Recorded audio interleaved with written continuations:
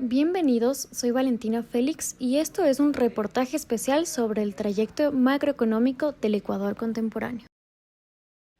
Para entender nuestro presente, debemos retroceder a la zona cero, el año de 1999. Las imágenes que ven corresponden al colapso total de un sistema financiero nacional. Los ahorros de miles de ciudadanos fueron congelados en el conocido feriado bancario, una drástica medida decretada por el entonces presidente Yamil Maguad. La moneda local, el sucre, sufría una hiperinflación y una devaluación que pulverizó el poder adquisitivo. Los indicadores marcaban una depresión profunda, sin margen de maniobra. Es entonces, el 9 de enero del año 2000, el Estado ecuatoriano claudicó en su política monetaria y adoptó oficialmente el dólar estadounidense.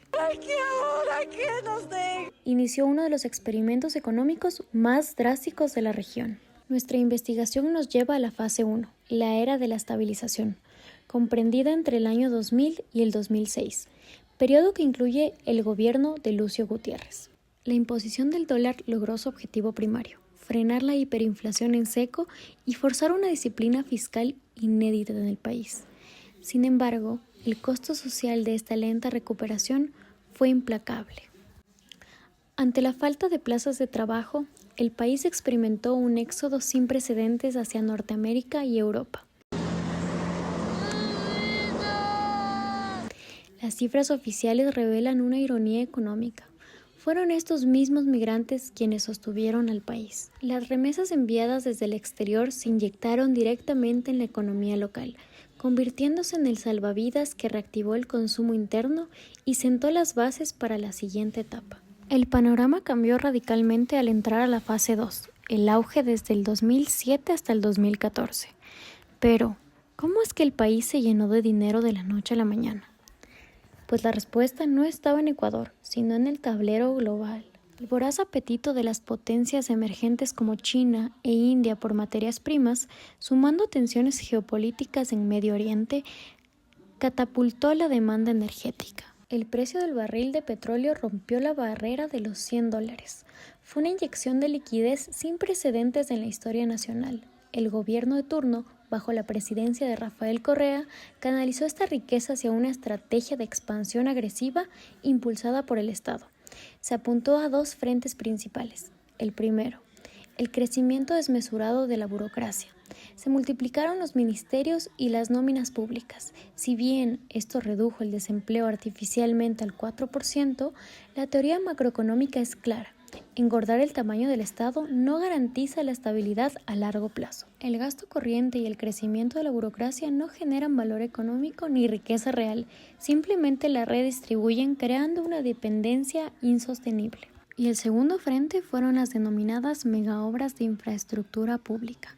Se construyeron carreteras, plataformas gubernamentales y grandes hidroeléctricas. El espejismo de la abundancia era perfecto. Sin embargo, los reportes posteriores revelan que este modelo carecía de sostenibilidad.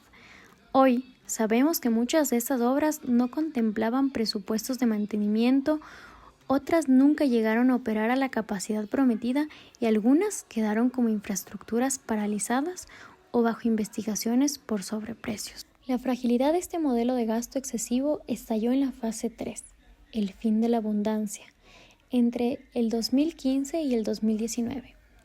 ¿Qué provocó el colapso financiero? Un nuevo fenómeno global.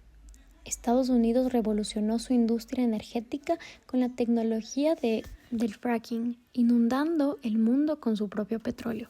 Al mismo tiempo, potencias como Arabia Saudita se negaron a recortar su producción para no perder mercado, y el crecimiento de China se desaceleró. El resultado fue una superoferta global masiva. El precio del barril se desplomó a menos de la mitad en cuestión de meses. Para Ecuador fue un golpe fulminante. El Estado se encontró frente a una realidad asfixiante.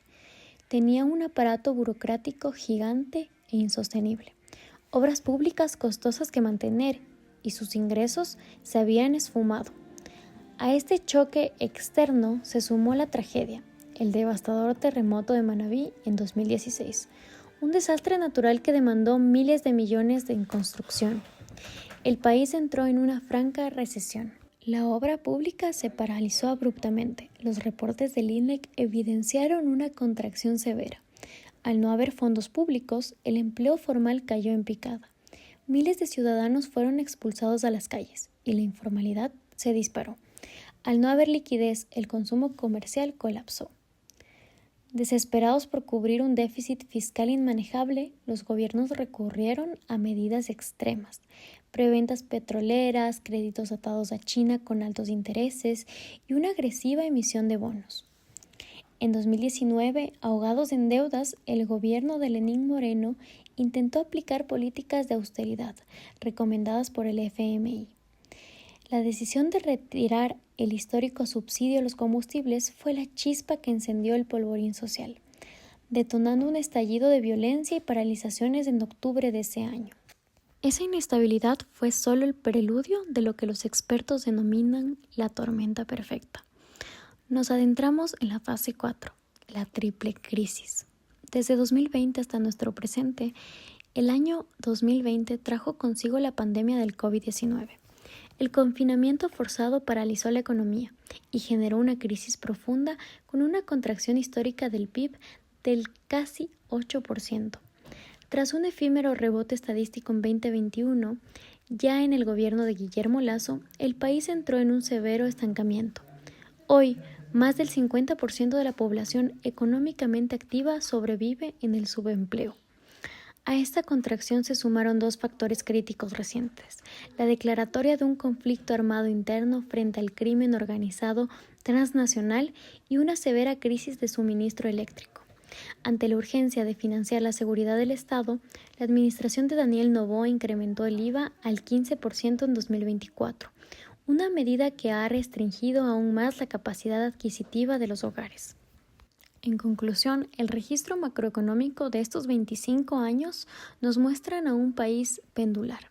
Ecuador ha transitado desde el trauma por la pérdida de su moneda, pasando por el espejismo de un Estado gigante financiado por la abundancia petrolera, hasta chocar abruptamente con la recesión y el estancamiento crónico.